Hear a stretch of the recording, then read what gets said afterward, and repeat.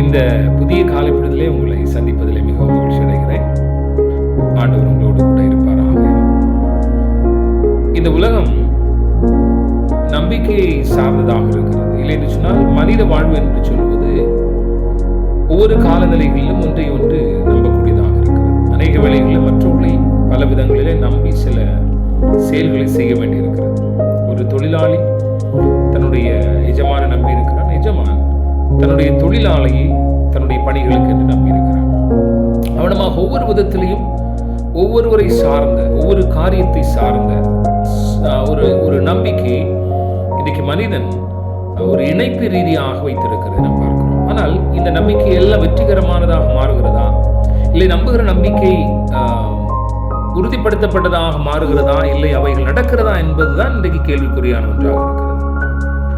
நாம் நம்புகிற நம்பிக்கை வீண் போகாது அப்படிங்கிற ஒரு வசனத்தை வேதத்தில் அதை நாம் வாசிக்க முடியும்.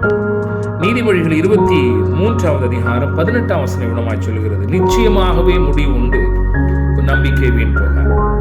இன்னைக்கு நம்புகிற நம்பிக்கை எல்லாம் வீணாக போகிற ஒரு நிலையில நாம் காணப்படுகிறோம். மனுஷனை நம்ப முடியல, ஆமென், வார்த்தைகளை நம்ப முடியல, சூழ்நிலை நம்ப முடியல, இல்லையா, ஆபீசரை நம்ப முடியல, யாரையுமே இன்னைக்கு நம்ப முடியல, நண்பரை நம்ப முடியல, புருஷனை நம்ப முடியல, மனைவியை நம்ப முடியல, பிள்ளைங்களை நம்ப முடியல.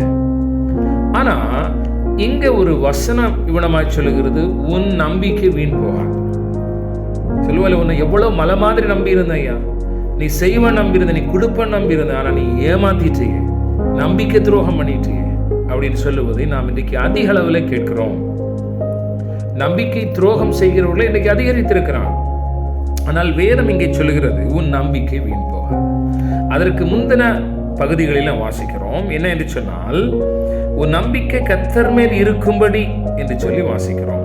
22:19 வசனம். நம்முடைய நம்பிக்கை கடவுள் மேல், ஆண்டவர் மேல இருக்கிற பொழுது அந்த நம்பிக்கை என்ன செய்யாது, வீண் போகாது. என்ன சொல்லுகிறது என்று சொன்னால், முடிவு உண்டாகும். நாம் எதற்காக எதை நம்பி இருக்கிறோமோ, எதை எதிர்பார்த்திருக்கிறோமோ, அதில் ஒரு பெரிய முடிவு உண்டாகும் என்று சொல்லி வசனம் சொல்லுகிறது. யாரை நம்பி இருக்கிற நம்பிக்கை? நம்முடைய விடயங்களுக்காக, விஷயங்களுக்காக ஆண்டவரை, கிறிஸ்துவை நம்பி இருக்கிற நம்பிக்கை. ஆகவே இந்த நாளிலே பலரை நம்பி தளர்ந்து போய், பலரை நம்பி சோர்ந்து போய் ஏமாந்து இருக்கிறீர்களா? நீங்க ஆண்டவரை நம்பி வாருங்கள். உங்க நம்பிக்கை வீண் போகாது, நிச்சயமாக முடிவு உண்டு. கடவுள் உங்களை இந்த புதிய நாளை ஆசீர்வதிப்பாராக. God bless you.